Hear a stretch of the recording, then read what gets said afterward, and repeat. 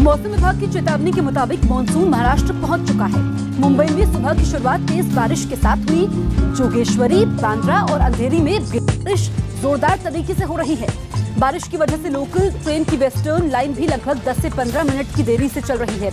मौसम विभाग ने मुंबई समेत पूरे महाराष्ट्र में 7 से 11 जून के बीच भारी बारिश की चेतावनी जारी की थी। भारी बारिश की चेतावनी देते हुए मौसम विभाग ने लोगों से अपने घरों से न निकलने की अपील की थी। मौसम विभाग ने दावा किया था कि इस दौरान ठाणे, रत्नागिरी, रायगढ़, पालघर के साथ साथ कोंकण के तटवर्ती इलाकों में भारी बारिश हो सकती है।